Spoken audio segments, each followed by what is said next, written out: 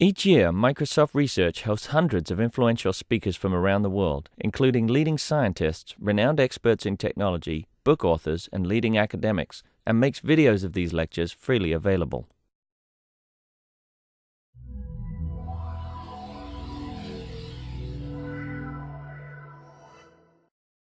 Hello everyone, my name is Radu Tudoran, and I will present you the Brain project, which has as goal to understand the impact of genetic variability on the brain.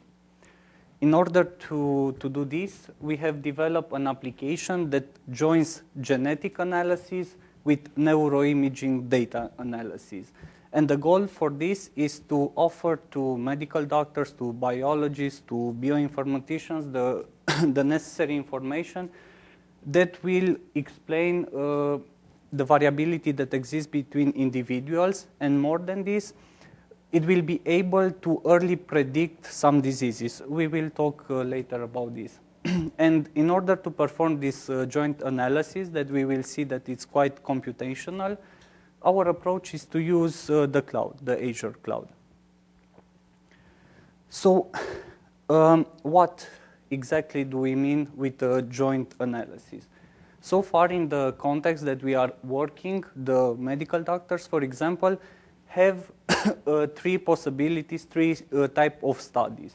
There is the clinical behavior, where they supervise the patients. There is the genetic information analysis, and the MRI, magnetic resolution images.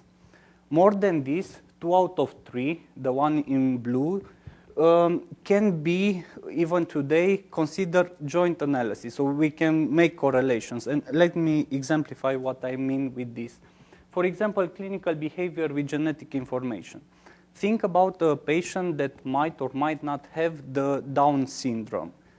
Now, if a medical doctor supervises this patient in a clinical trial, he might have hints that this patient might have this disease, and he will know where in the gene to look to confirm or inform if the patient has this disease.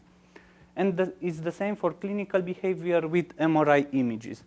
Think about a patient that might have dementia, for example. Now, if we supervise it in a clinical behavior, this will give us hints that something is wrong with this patient. It might have a disease.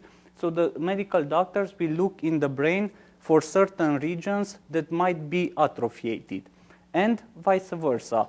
If we see in the brain some regions that are atrophied, well, then we have hints that this patient might behave in certain parameters in the clinical trial. But this link between MRI images and genetic information is not fully understood today. We cannot do the same type of joint analysis as for the others two. And this is what we want to do. We want to fill this gap, and we want to offer to medical doctors, to biologists, the information to perform such joint analysis here. Why? Why do we want to do this? The reason is that there are several brain diseases that have genetic origins. And examples you can see here, like Huntington's, like autism, like dementia. And by filling that gap, by being able to perform this joint analysis, we will gain the following. We will be able to understand better how these diseases manifest themselves. It will be possible to early detect them and even to predict some responses to treatments. The only thing is that to perform this joint analysis, it takes a lot of computation. It requires a lot of computation. How do we perform this joint analysis? Well, we perform it by finding the associations between brain images and genes.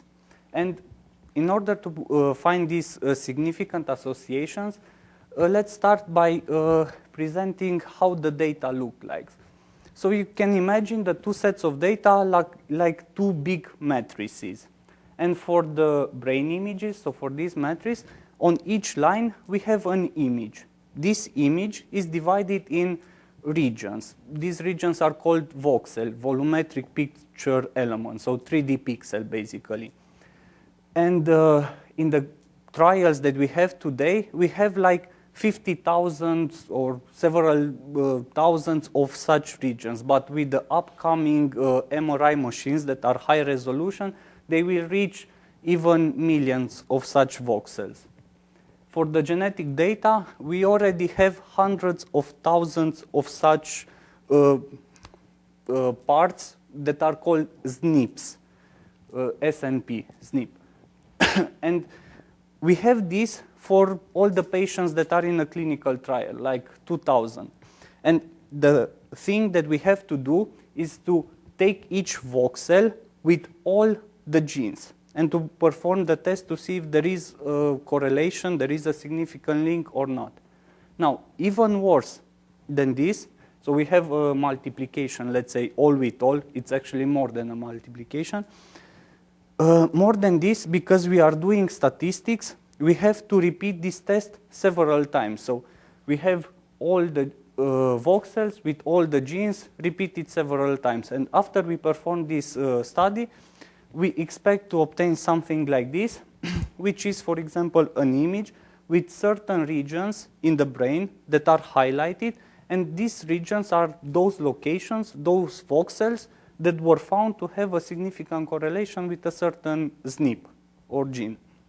And this image actually was obtained with our tools. This is a more formal description of what we want to do. So we want to find the relation between genes and phenotypes by minimizing the false positive detection and false negative. In order to do this, we have to perform permutations to have more samples in the statistics to increase the confidence level on the results that we obtain. So how can we perform this as a parallel job? Because as we will see in the next slide, we cannot talk of performing this on a single machine or even on a small number of machines. Well, we have chosen the MapReduce paradigm to perform the computation in parallel, and we have here two exemplifications on how we can divide the computation. The first one, in the right, as I said previously, we have to perform several permutations. And in each permutation, we have to test these associations. So a natural way is assign, for example, to each mapper a certain permutation. And well, if we have 10 mappers, 10 permutations, 1,000 mapper, 1,000 permutations. And if we do this, by increasing the number of permutations, we increase the number of intermediate data that we must reduce in the reduce step. The thing regarding this is the fact that if there is to consider all the data, the workload that a mapper has to perform is very big. So we had to go to a different one, a different method, which is to split the data, to split the computation with respect to the data. So instead of sending all the metrics from genetic data or brain image, we send just the sub-metrics. And we assign this to each mapper. And in this way, we create more map jobs. And well, again, then we have to reduce them in order for both of the case. We have to keep only the most significant links that were found between certain genes and certain locations. So far, I was mentioning that to perform such a study is challenging. And let me show you what I'm referring to challenging. So challenging, it's challenging from the point of view of data.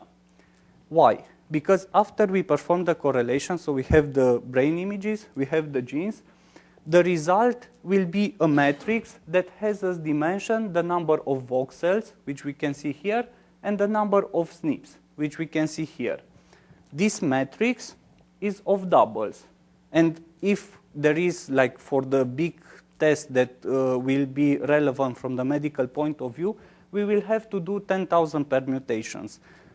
Which means that after the map phase, it results that a total of almost 2 petabytes of data that we need to store and then reduce. The good thing is that not all this data is useful, only like 5%. And by useful, I'm referring that only 5% of this data is not zero. Zero meaning there is no correlation, because between most of the genes and most of brain locations, there is no correlation, so it's normal. But still, we will have almost 100 terabytes of data to store and to reduce, which is challenging, at least from my point of view. From the computation point of view, we have again number of permutation, number of voxels, and number of SNPs, which results that we have 2.5 10 to power 14 associations tests between them to perform. Now, if we just put the initial algorithm, which is the univariate method, directly into code, no tuning, no nothing, it works on a normal machine with approximately 10 to power 4 associations per second. Our colleagues, the bioinformaticians, were able to tune quite seriously this algorithm. It works 100 times faster. And with this, I propose to perform an estimation, a rough estimation on the time spent to perform this. And it's here, but be aware that here we don't consider how we store the data, the time to read and write the data. We just take the number of associations divided by this value, and it results that if we use a single machine, it will take like 5 years just to perform one simulation. So we have to, or we should go to the cloud. We should perform this at large scale. And I have put, for the estimation that we will do, I have put this limit, 350 cores, because we've been told that this should be the limit in which we should stay with the deployment. Yes, well, so the estimations are done with this value. So the first thing is seeing how fast the algorithm works on Azure. It works very well. So if there is to perform the same estimation of the time, but again, not taking the time to transfer the data and all this, we still are able to reduce from years, from 5 years to days. Now, even if with the variability that exists in the cloud, with the delays, with the latency, with data transfers, and all this, we get, let's say, a double in the time span with respect to our estimation, it's still days, which is acceptable to perform such a study. And for the storage, how to store all that data, as I will show you in the next slide, we propose to store the data in the local storage that exists in each VMs. Taking this into consideration, this is approximately the size, the local storage that would be available for one core. Multiply with the cores, 87, it results that the storage capacity is about 87 terabytes, which is about the 5% threshold of useful data. So things look quite good for the cloud from these estimations, which encourages us to go further. So this is the infrastructure, the architecture of the tools that we have developed for Azure in order to execute this application. And this will be presented in more details next week at the CC Grid conference. So the first thing, as I said, we propose to store the data in the computation nodes. And why we want to do this? Because we will have data locality. The computation and the data will be in the same node, so it will be much faster. We will have higher performance. And to do this, we propose to have a distributed system that is deployed in the computation nodes in the cloud that will gather all these local storages, and it will expose it as a uniform big file system to the application. So all the application in the machines, which can be mapper, reducer, or whatever, will have the same view of a big file system, and it will be very easy to pass data from one machine to another. In addition to this, we also develop a MapReduce framework that uses Thomas blobs for storing the data and Azure queues for scheduling the messages, the map messages, the reduce messages, and all this. So to show you how our idea works, this is the first set of charts in which we compare Tomus blobs with two ways of using Azure blobs. Well, it's quite two different storages, but this is the thing with which we can compare in the cloud. So the two ways of using Azure, well, it's the regular way, and the other way is to set that all the demands, all the write requests will be processed by Azure blobs in parallel. And we have set this to 8 threads. That is actually the maximum limit. And even so, having the data in the computation, so having locality and low latency, it improves quite a lot the throughput. We have represented here the average throughput that a client achieves in a machine. The next set of charts consider two different scenarios: the aggregated throughput of all the machines in the system. Again, we have compared Tomus blobs with Azure. And, well, as we expected, we have higher performances. And, well, one of the reasons for this is, again, that having all the storage and the computation isolated, it's much better than if we use Azure for such computation, because Azure is a public cloud, multiple clients access the storage. We have HTTP transfer of data. The last set of charts that I will present is actually executing the UpBrain application as a MapReduce process on the cloud. So the first platform that we have used is our platform that we have developed, and the other one is a MapReduce platform that uses Azure blobs as storage. And we have two different scenarios. The scenario in the left considers that we increase the number of mappers, and for this we have used the parallelization with respect to permutation. So having more mappers, more permutation, more intermediate data that will have to be reduced by the, by the reduce phase. And in the one in the right, we consider more genetic data and more neuroimaging data that we take into consideration. But again, increasing the size of the initial data also increases the size of the intermediate data, and hence how much data will have to be reduced. And we can see that with our tools, we are able to have a shorter time span of executing the application, which actually encourages us for the big experiments that we plan to do in the future. So to sum up, our experience in the UpBrain project so far for Azure, we have developed some tools, and these tools have scaled very good up to the 350 cores limit. So far, the longest in terms of time span experiments that we have performed were up to 2 days, but we are very close to start the big ones that we saw. We expect that they will take like 10 days.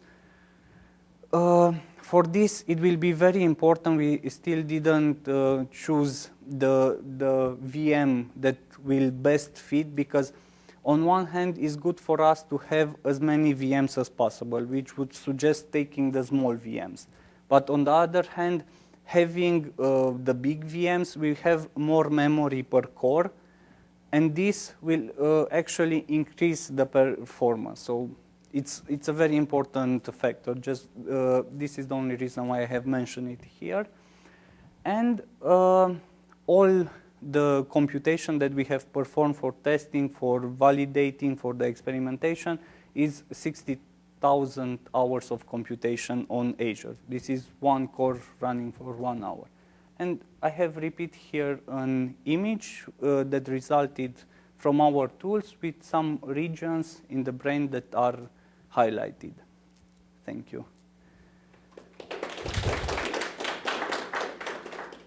And sorry, if you want, well, I can try something to show you a demo on the cloud, well, some parts. But last time when I tried it, it was on 29th of February when Azure crashed. So if it happens again, if it doesn't work, then it's a demo curse. So yes, let's see if okay. So first we have, I don't know if you can see, we have a deployment which is in north central US on 350 cores, as I said. I will show you in 2 steps in order to go very fast. We have a front end from which we launch the computation. We have several parameters like how, for example, here we split the computation with respect to the data. So in how much parts, chunks, we will split the MRI images or the SNPs, threshold values, and things like this. So, well, let's start it. And this is the number of subjects that we have. Well, if in case we will have more subjects, we can change it, but otherwise we should put it here. This is a very, very small computation. As we will see, we take just 4,000 voxels. So let's launch it. This will actually start all the computation in background. Meanwhile, before the presentation, I have done another simulation in which, well, some images resulted. So we have here such an example with regions in the brain. As I hope you can see that they have 2 colors, because actually depending on how strong the link between the 2 is, we have different colors varying from red, which is very weak, up to white, a powerful white, which is strong.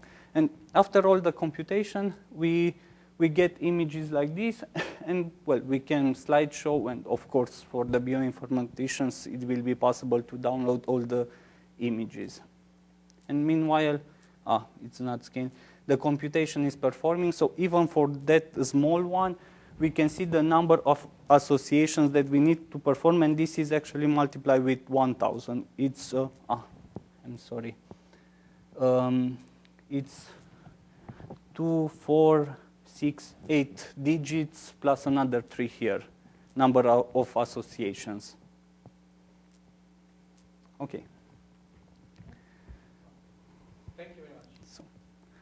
So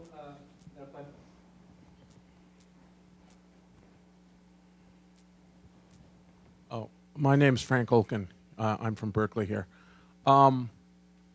So when you did the computational complexity at the beginning of the talk, yes, you multiplied the number of voxels and the number of SNPs. That I understood, but you had this factor of 10,000 for the number of permutations, and I don't understand where that comes from, or why you have to consider these permutations. Yeah. Could you explain, perhaps? Yes, of course.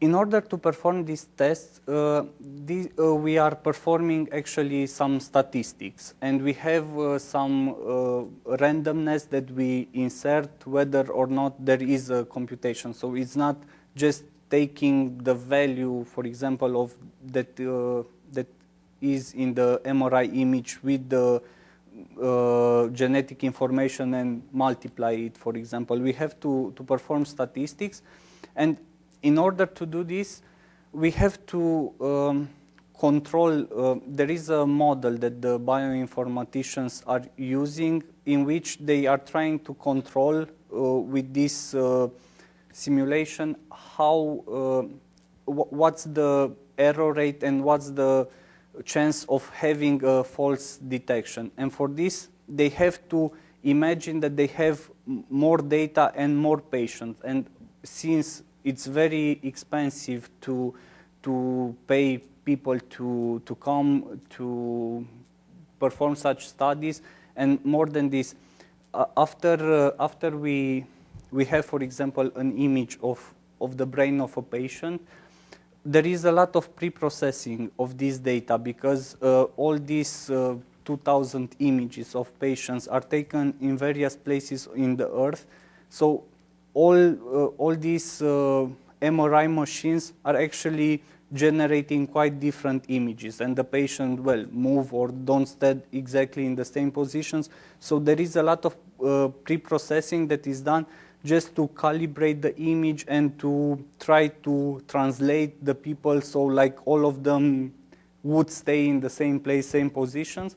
So because of this work that must be done, and because we would need more and more information, we have to consider that we have more information, and for this we perform and this is the reason why we perform the permutations. Actually, for example, if we consider here, so we have several patients like this with the values for each voxel, and we take this. This is like a set of subjects.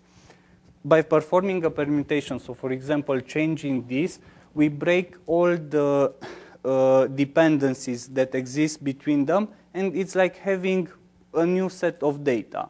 And this is why we have to repeat this permutation several times, and this is why we have 10,000, because this is what the bioinformaticians were saying, that this is relevant for them. Actually, if we have 100 permutations, this is good for them just to know if they are going in the good direction or not. 1,000 is good for them to actually draw some conclusions, but 10,000, I code them, this is the value that needs to be put there in order to publish something. Another question, Joe? So I was curious about the SNP data. It seemed like you're primarily interested in protein expression. So are you only looking at SNPs and coding sections of DNA? Or are you looking at all SNPs? From what I understood from the bioinformaticians, because I'm more oriented towards computer science. I understand. They don't take all the SNPs, just and then the some other thing of which them. they probably already did was that, you know, that the way it gets translated from RNA to protein is there are 3 nucleotides, and they're called codons, and the third one generally does not make a difference in terms of the protein you end up with. And so I assume that they sort of filtered out, so they didn't count SNPs which were not material. Yes, yes, okay, yes, fine, exactly. fine. Okay, exactly. thank you. And there's going to be a talk about genomics. Okay, good. Hi, Yogesh-Saman, USC. I might have missed this in the talk, but did you roll your own MapReduce framework based on your Thomas blob, or did you use something off the shelf? We have developed our own, because, well, once we had the storage and well, we are relying a lot on Azure queues and on the properties, it was not very challenging. So let's say it's more like a prototype. It's a simple implementation that works for. Have you had a look at data now from Microsoft Research, which is an iterative MapReduce Yes, framework? I think I have just downloaded like, let's be honest, 1 month ago, but I was in different places, I was traveling, and I didn't have time to actually launch it. And I'm also going, next week, there is, I think, no, not next week, 2 weeks from now on, there is a seminar about Hadoop on Azure, and we also want to take a look on that. But actually, I think at some point, even if we have multiple possibilities, it will be good to compare them.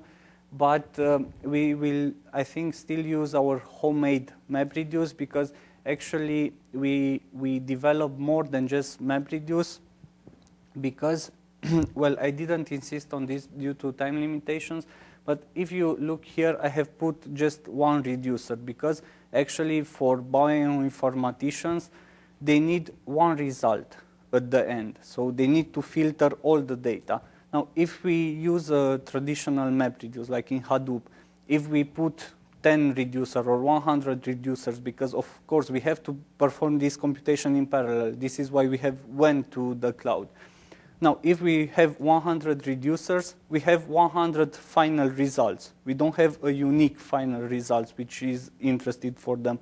And this is another work that we have done, also based on this, is to propose an iterative reduce. So we have a normal map, like in map, and an iterative reduce that keeps creating jobs and considers these results as intermediate results until we have the unique final results, which I think it's more hard to do this on Hadoop. But you can do partial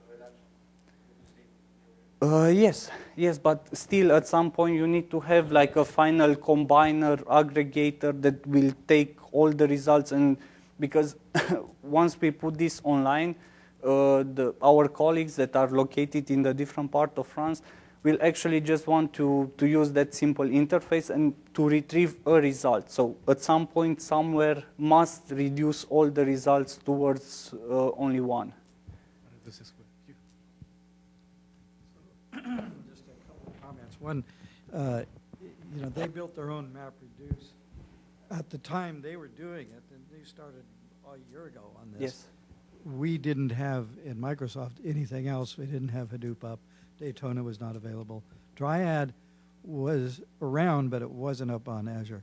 And so they and about 5 or 6 other projects that are represented here built their own.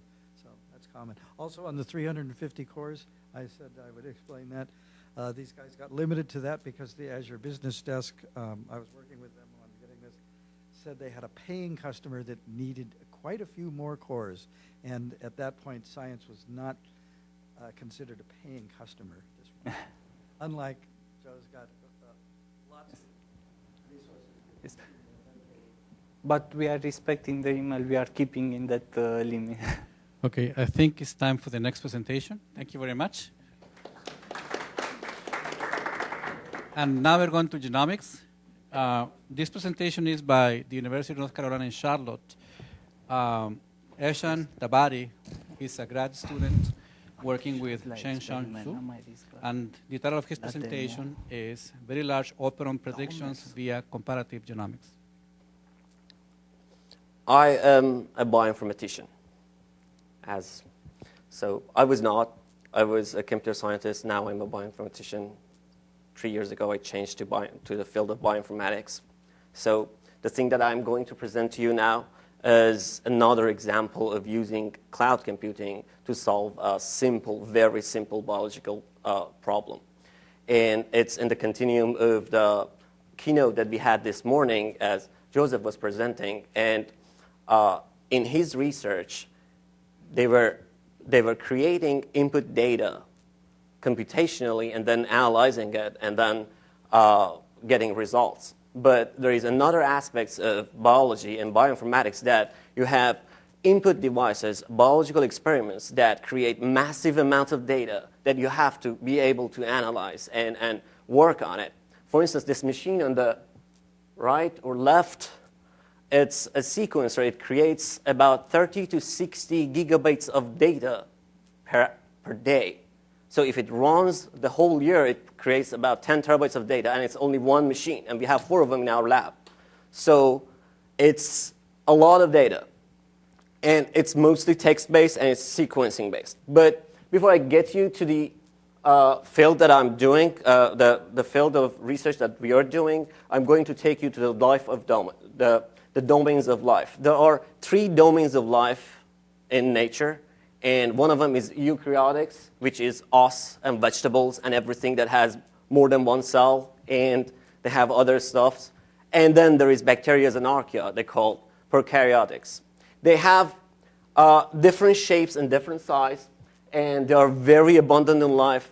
There are, for instance, if a human body has 10 to the power of 13 cells on a body, but you have 10 to the power of 14, 10 times more bacteria living in your body. So, and for instance, you have about 1,000 different species of bacteria on your skin or in your gut.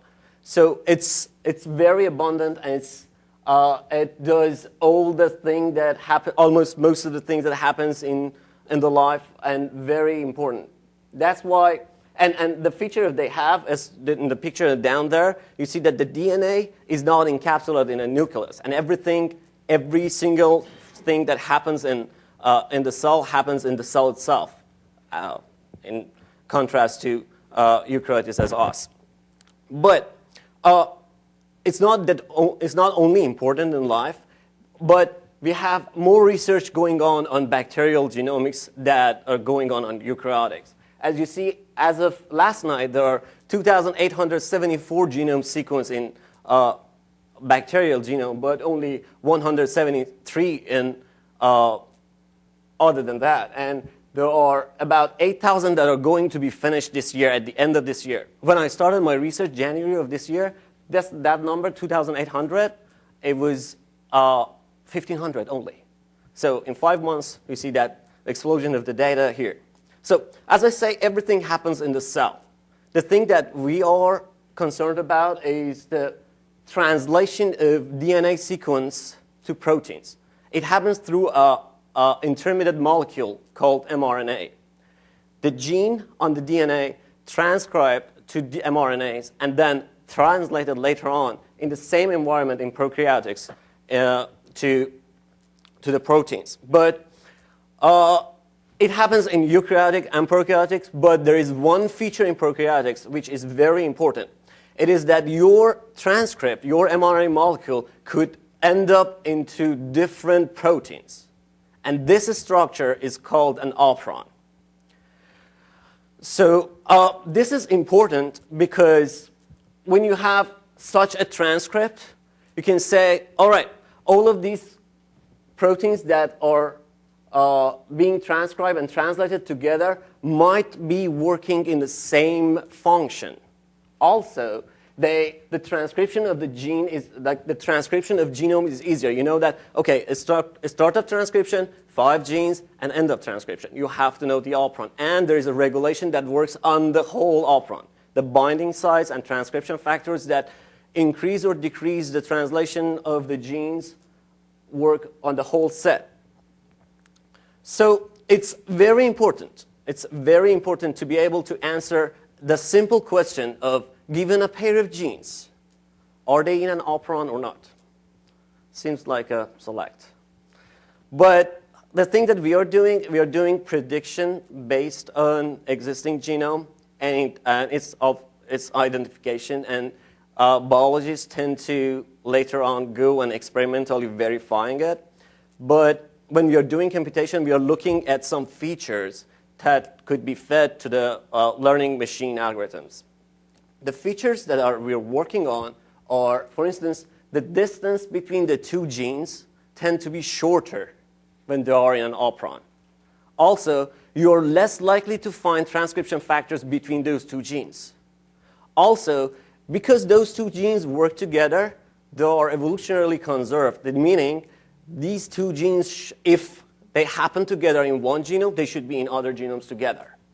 And then mutual expression levels and functional similarities of these 2 are obvious.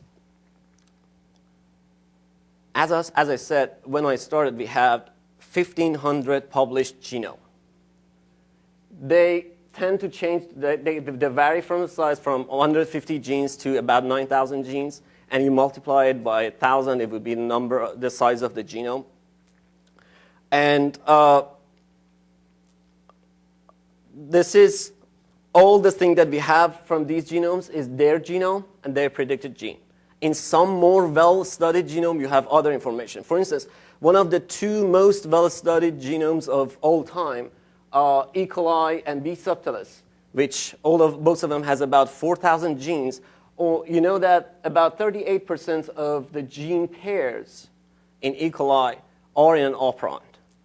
For B. subtilis, you know only about 9% are in an operon. It doesn't mean that the rest 62% are not in an operon. This is the worst thing that we have in biology. This is missing information. You don't know anything about the rest of 62% because no scientist went around and checked those 62%. So this is this thing that we got to take under consideration in our research. Back to the features. I don't have the time to go in detail for all of them. I go into one, which is the most computationally intensive one that we did, gene pair neighborhood conservation. first thing, when you have a paired gene, you want to see how they change. They could get closer or later, as in genome 2 or genome 3, or they could be another gene inserted in the middle, or you could lose one of the genes in some other genome, as in genome 5, or you could have a bunch of genes inserted between them. It's easy when you look at it like this, but it's not as easy as it seems. Because first of all, you don't know which gene in genome 2 corresponds to gene alpha in genome 1. This is called orthologous genes. You have to be able to find the orthologous gene of gene alpha in other genomes and the rest of them. So in order to find this score, you have to find orthologous genes by running pairwise blast, as mentioned earlier today a couple of times, and then process the blast results, and then calculate your scores. First of all, BLAST is not a simple algorithm. It's a string search algorithm which finds a query sequence in a database, which is like, is this like this? No, it's not like that, because it searches for inexact sequences and gapped sequences. And it takes a lot of time. So we have 1,500 genomes, and we have to do about 2.2 million blast runs, each of which take 2 minutes, and it adds up to 8 years, which is the bottleneck that such kind of research has never been done before. So we have an Azure cloud. We had the privilege of having an Azure cloud with 300 nodes of small size, 1 core, 2 gigabytes of memory, and 20 terabytes of data. We estimated that, okay, if we run this, we get this much data. But at the end, we did some compression, and we didn't get this much data at all. But we ran the HPC scheduler. The HPC scheduler can do like service-oriented applications or message passing interface and standards. But the thing that we're going to do is run a lot of BLAST and then run a lot of other computational stuff on top of it. So we use a simple parametric sweep application. Our setup is as easy as having, therefore, our setup is easy as having like 298 compute nodes, 1 front-end node and 1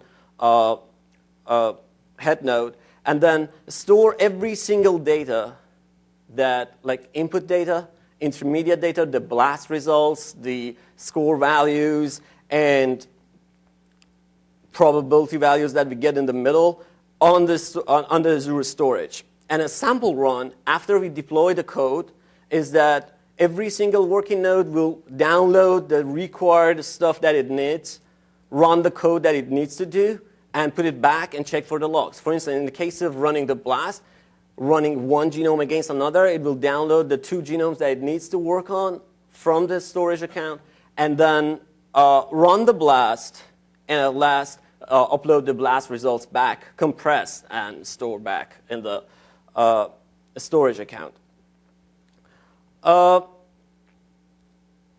The runtime that we got, the average runtime of BLAST, this step, which was the most time-consuming, was about 1.58 minutes, 1 minute and 58 seconds. And that ended up to be, at the end, about a couple of weeks, that regardless of unavailability of some nodes and stuff. And at the end, we had 7.5 terabytes of BLAST results. And the rest were small tables, which took about 25 gigabytes. And our initial databases that, like our 1,500 genomes, were 11 gigabytes. So the important thing is, this was done by less than $10,000. Although we had the privilege and we had this and we didn't pay for it, but if you put money on it, it's done for less than $10,000. And it's a one-time experiment. And when you run the BLAST, you have the results there, and you don't need to do it again. If you want to add one single genome, you just run that single genome against the rest of the genomes, and you don't worry about doing the remaining stuff again. And those results can be used later on for any other research and could be shared with others. So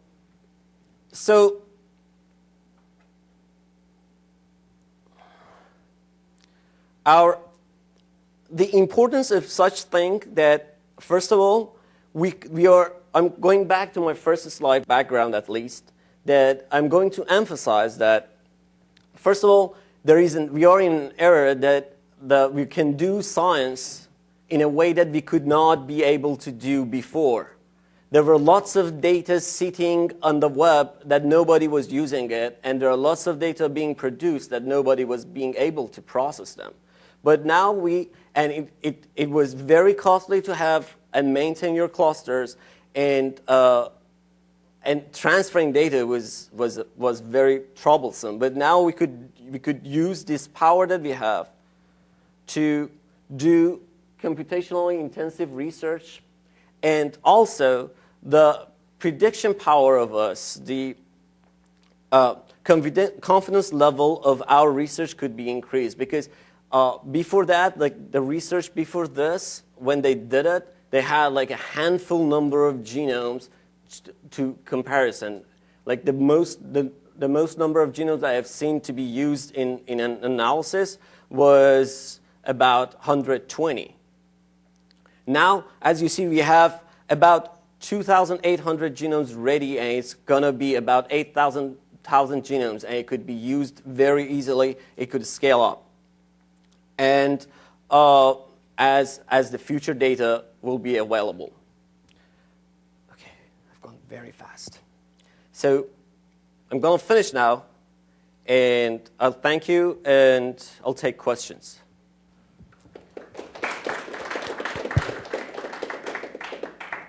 Hey, Joe. I saw that you are also using Python for this. I think it's very common for bioinformaticians. Did you have problems? I mean, was it hard to put and have Python in the machines? Because I know we had some problems with that. Well, no, there is you can have your setup scripts for your computing nodes, and it's when the deployment is launched, it has Python installed on it. It was hard to do it. Like, it took me a couple of weeks to figure out how to do that, but it was like done. Now, every time I deploy, I have my Python installed plus every single package that I have there. And you are also using for this, I guess, some scientific libraries like NumPy or... Yeah. They're all installed already. Like, one way that I found it easier to do that is that I create a local copy of Python with every single library that I need, and then compress it, deploy it with with my deployment, and in my setup script, I'll unzip it and have it there and put the path variables and stuff. Yeah, this is the easiest way to do it, because installing packages in Python on the cloud is terrible, so hard.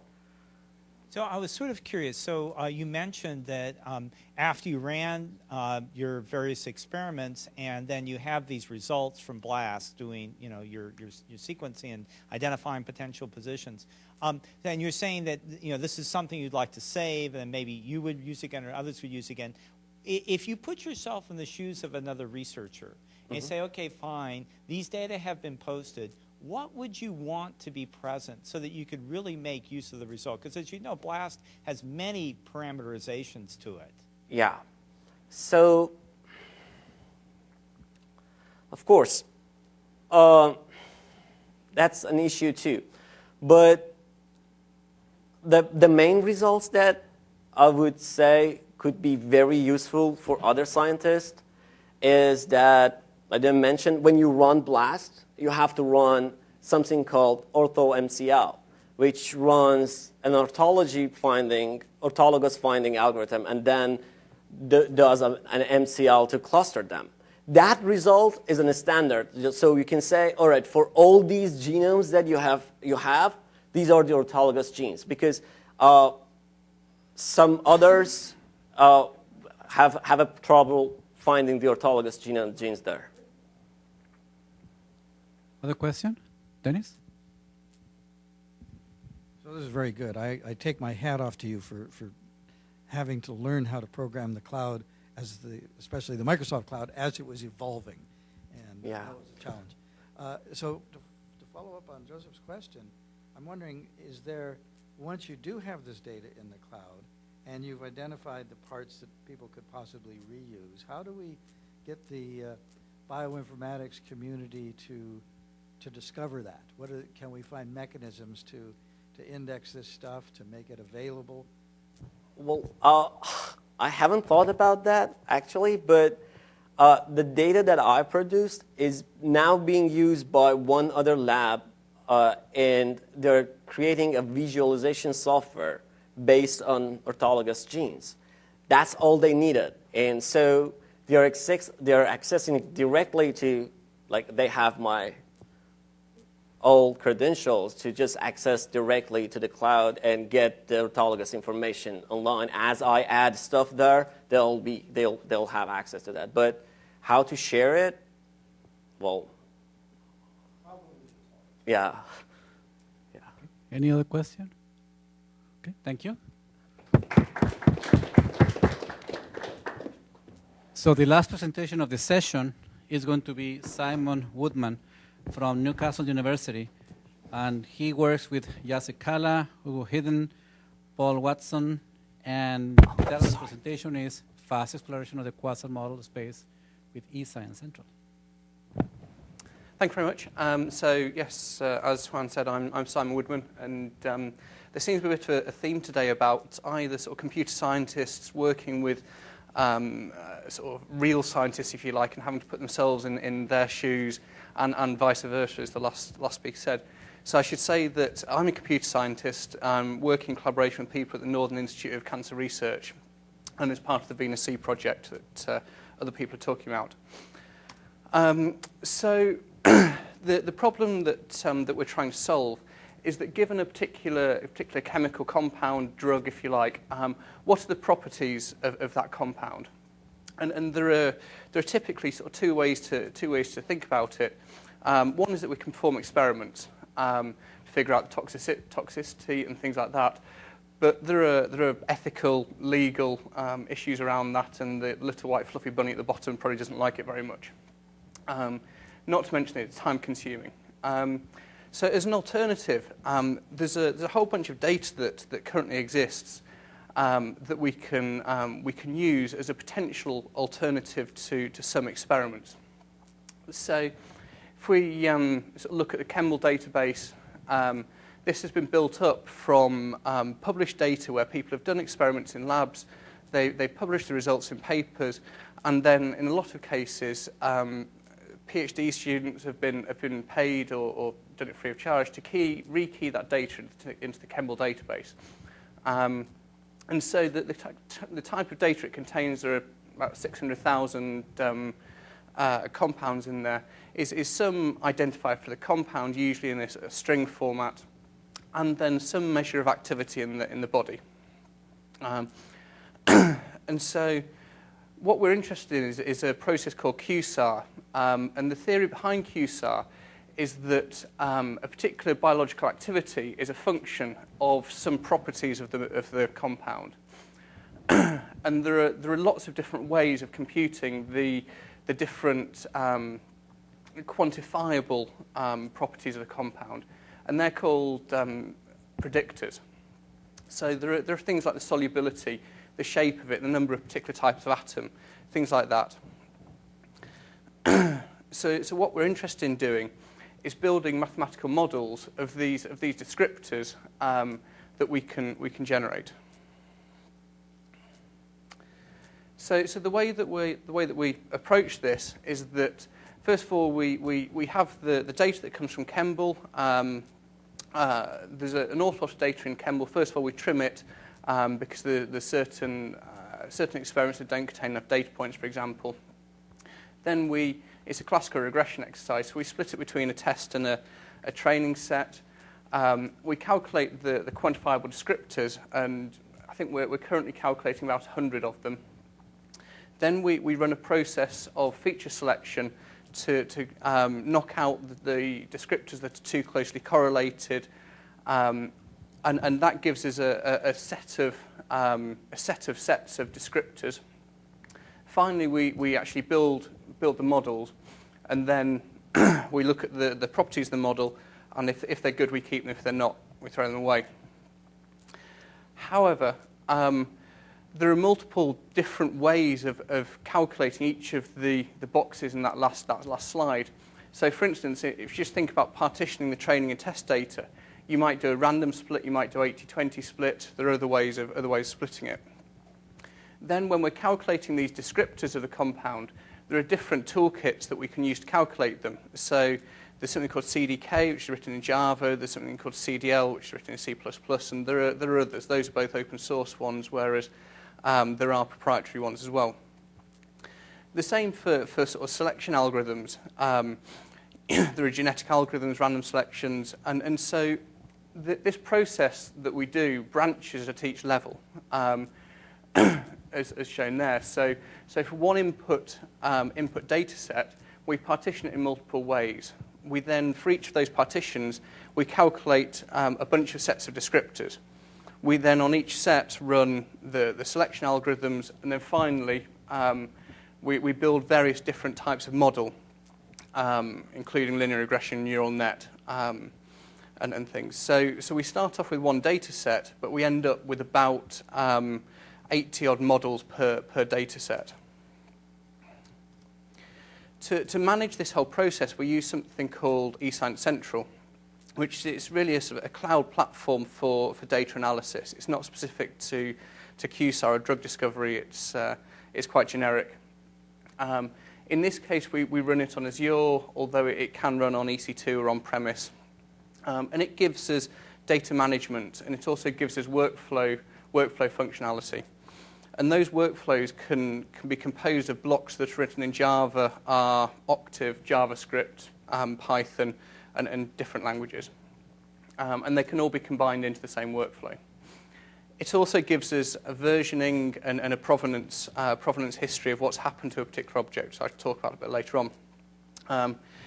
And within this particular project, so we're running it on Azure.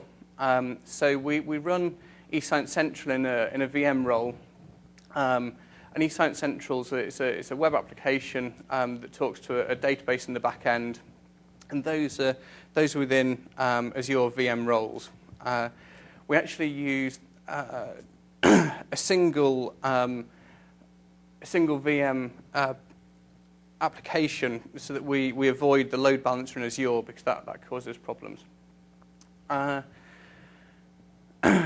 To actually perform the work, we then have a whole bunch of worker roles which run a workflow engine, and they're connected to eScience Central through a JMS queue.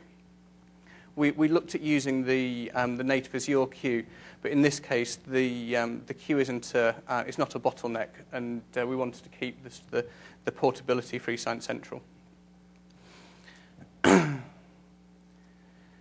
So, sort of realizing this process, we end up with a whole bunch of different workflows, and one of the keys and the way that we get the branching behavior is that a workflow, when it gets to a particular point, schedules other workflows to be run.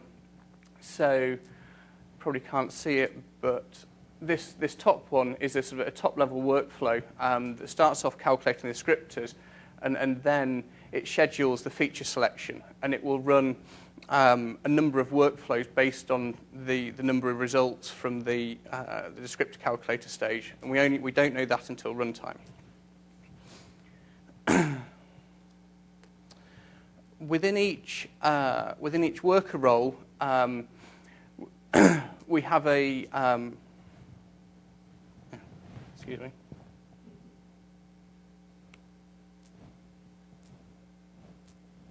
Within each worker role, we run a workflow engine. And because we care about performance, one of the things that we do is when the worker role starts up, it installs a Java runtime, downloads the workflow engine, installs it, and then executes the engine. That will go to the JMS queue and get jobs from it. And one of the first things it does is it looks at the type of that job. Is it an R job? Is it a Java job? Is it an Octave job? So on and so forth. And does that worker role have the runtime for that job already installed? If it doesn't, it goes and deploys it. It goes and gets it, deploys it.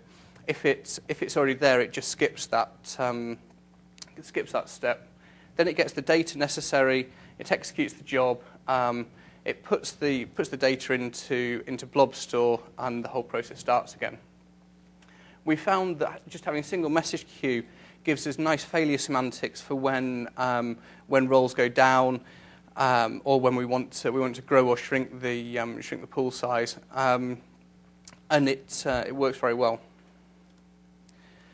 So the results of this work are we've built around 250,000 models using different technologies, and that's come from coming up to 460,000 workflow executions and 4.5 million actual service calls. And we're in the process of building an application called QSAR Explorer, which will let end users look at those models, search based on properties, for instance, what activity they're targeting, and also get predictions from those models. In terms of a performance evaluation, we actually get very good scalability up to 200 nodes. And so when we have 200 nodes, we get a speed up of 88%. Compared to sort of an ideal speed up of 100%. And that means that to run, in this case, our test data set, it costs $51 and takes just over an hour. And that's running 200 nodes plus 2 VM nodes for the server. If we compare that to some previous work that we did, where we start off with a legacy system called the Discovery Bus, and this graph's looking at the throughput in terms of number of models that are generated per minute. This bottom line was the previous work, and we tried going up to 80 as your nodes, but it actually topped out at around 35-ish, I think. And the top line is the performance we're getting now. Its graph only goes up to 100. I'm not sure where the missing data point is. It should go up to 200, and it continues sort of approximately sort of a slow curve. So thinking about sort of the applicability of clouds for this problem, it's a very applicable problem because it's bursty. So Kemble periodically updates the amount of data in its database, and there's typically about 10% new data that we can use. So we only have to do a large run once, and then perhaps twice a year when Kemble do updates, then we've got another 10% to run. It also means that when people are getting predictions, we can grow and shrink to service users' demand. One of the other things that we're interested in is if people want to supply new modelling methods, then how do we integrate those into the system? So we've got 4 at the moment, but a lot of times when the scientists give a similar talk, people ask, well, why don't you insert my favourite modelling technique here? So we're looking at ways to add new modelling methods to the system. And one of the things that we've learned whilst we're doing this and about getting good performance out of the cloud is it really depends how chatty your problem is and how much data you have to download per job. I don't think that'll come as much surprise to a lot of people in the room. But there are 2 easy ways, or quick wins if you like, certainly for us, was that to only deploy each dependency once. So we've got 460,000 workflows. If we're installing all the dependencies every time, then not only are we sort of using an awful lot more bandwidth than we need to, it takes time to install these things. The other is to avoid storage bottlenecks. So our current scalability is limited by accessing the database. And we've pushed as much as possible into Azure Blob Store, but we're still limited by updating the state in the database. So with doing drug discovery, sort of performance is great, but really we need to capture both the data that's the output and the process that we've gone through. And this comes down to really sort of the provenance of data. And this is an active sort of research topic of ours. So we're interested in things like sort of, for a particular model, how is it generated? Which set of descriptors were used? And actually we need that data to be able to get predictions as well. How reproducible are these results? And that actually opens up a completely different avenue of research about how do you say whether two things are equivalent. Do you do a sort of a bitwise comparison? But if you've got two models that have got some non-determinism in, you won't get exactly the same thing out. We're then also interested in sort of, for instance, if a bug is manifested in a particular part of the system, which models are the ones affected, and how do we regenerate those? So what we've done is we've built a provenance server based on the Neo4j graph database. The thing about provenance is it's really just a big graph. It's talking about things like sort of this particular service was used to had this input data produce that output data, which then fed into the next one, and so on and so forth. And we found that Neo4j is a good way of storing it, querying it, and it has quite powerful traversal mechanisms for the graph. To build it, we've built on top of something called OPM, which is the Open Provenance. I've forgotten what the M stands for. Model. Thank you. And so we built a library that wraps Neo4j in terms of sort of an OPM interface, and are starting to look at the sort of the high availability options. So our provenance sort of graph looks a little bit like this. So for a particular model that's been generated, it's a neural net model. It was generated by a particular model builder workflow, which used a descriptor values file. One of the nice things about OPM is that you can have different views on the provenance. So we've got this high-level view of it came from this workflow, but we can also have a sort of an inspection on the workflow that says that it came from an export files block in the workflow, which came from a neural net builder description file, and so on and so forth. And one of the things that we're also doing at the moment is looking at how to apply security to this provenance graph. So in a multi-tenant system, who should be able to see what? And it gets interesting if I've shared some data with someone and they processed it in a particular way, what should I be able to see? With the provenance capture in our system, it's not just one workflow that has resulted in a particular data file. There are multiple workflows that have been linked back to some source data. And so we have to deal with the fact that a workflow has an output and it has intermediate data, and how do we chain them together?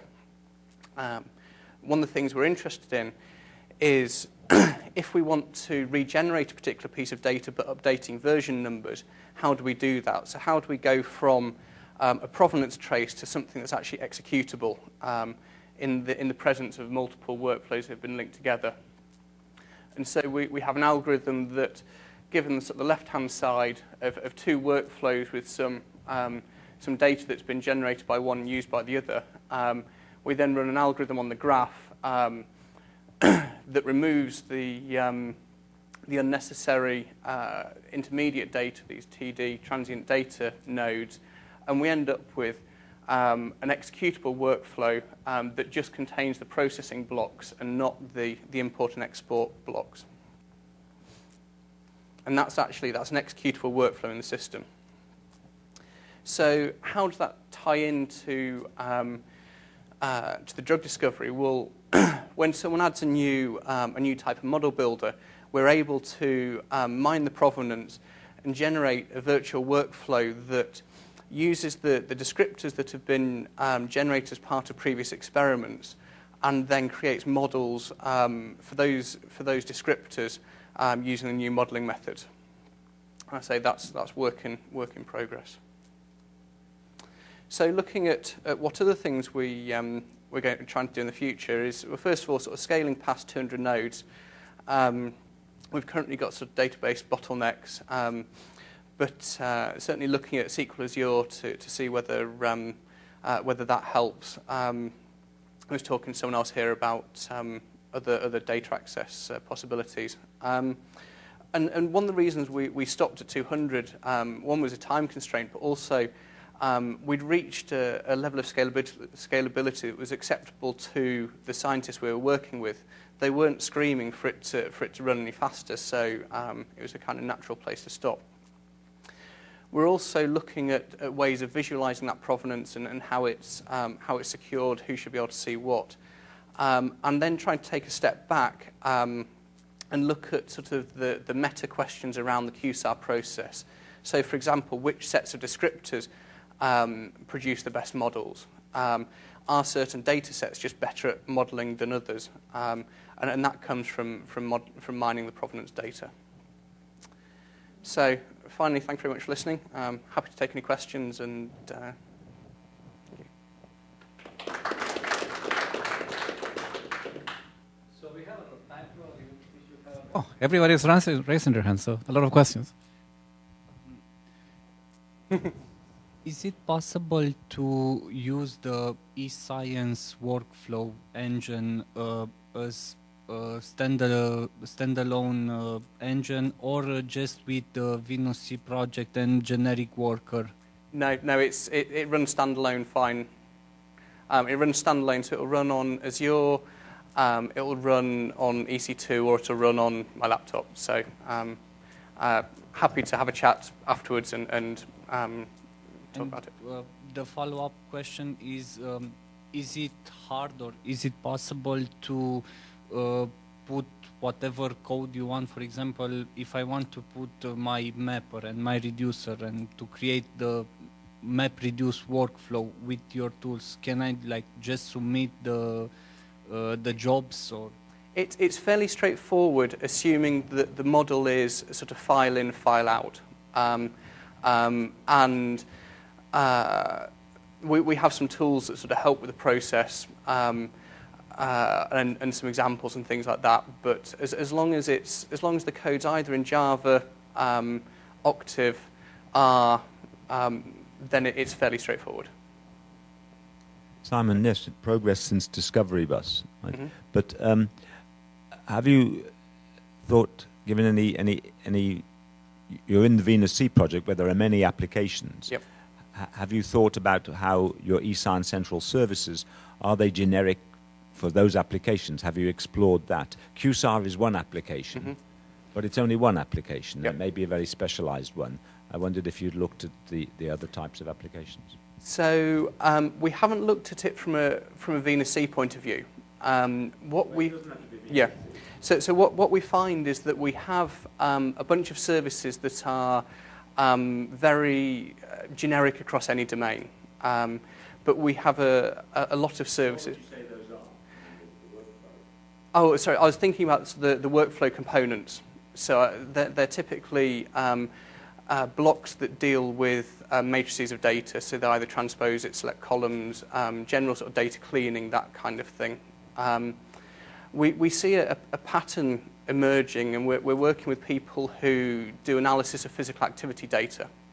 And we're seeing a pattern where they want applications that upload data into eScience Central and then run various workflows on it that have been pre-approved, if you like. So, for instance, a workflow to clean the data, and then a workflow to extract certain features out of it.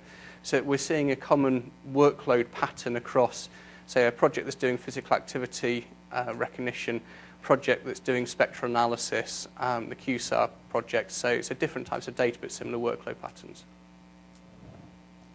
Got a comment and a question. I don't know how central drug discovery is as an application for you, but over here in the U.S., most of drug discovery work is done in the private sector. Mm-hmm. And one of the works that we did with Eli Lilly, a big pharmaceutical giant here, they were looking at applications of provenance, and one of the interesting uses they had was in terms of patent filing. Mm-hmm. So if they need to really keep track of their drug discovery process, so when they file a patent, they can go back and prove that they actually made an invention at a certain point in time. So Yeah. that's one aspect that might be interesting for you.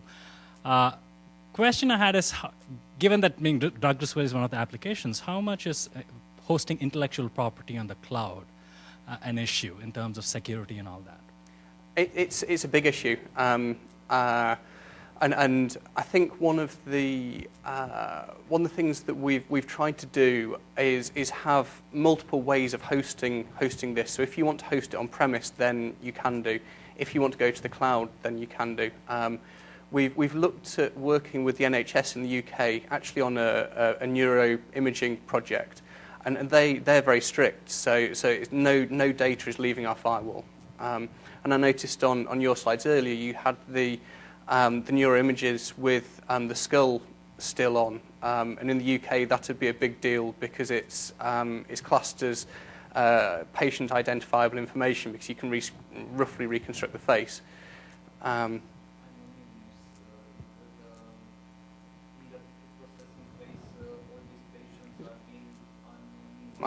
Sure.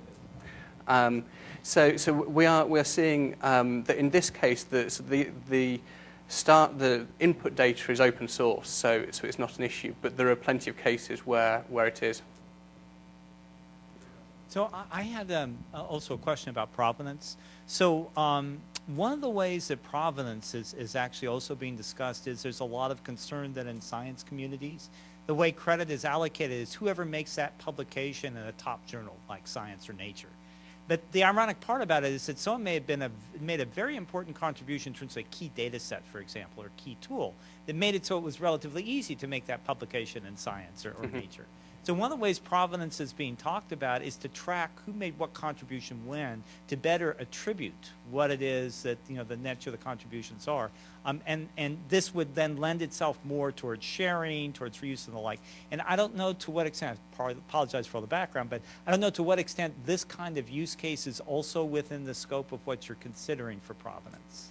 So we're considering it, and one of the things that we've been thinking about is if a data set is published, how can we sort of host that data set, but also open up to a closed group of people, for instance, journal reviewers, the provenance of that data set, and allow them a potentially sort of sandboxed area to then play with that data, rerun the analysis, and really generate a little bit more confidence in the data that's being published. So I think it's an active area, and there are certainly a lot of exciting challenges.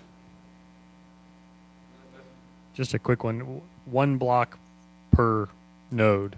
One workflow per node. One workflow per node. Fair enough. Sorry, but none of those blocks do sort of parallel algorithms? No, they're all, they could do, but we wouldn't do anything special. It would still be one block would run on a single node. Okay, John?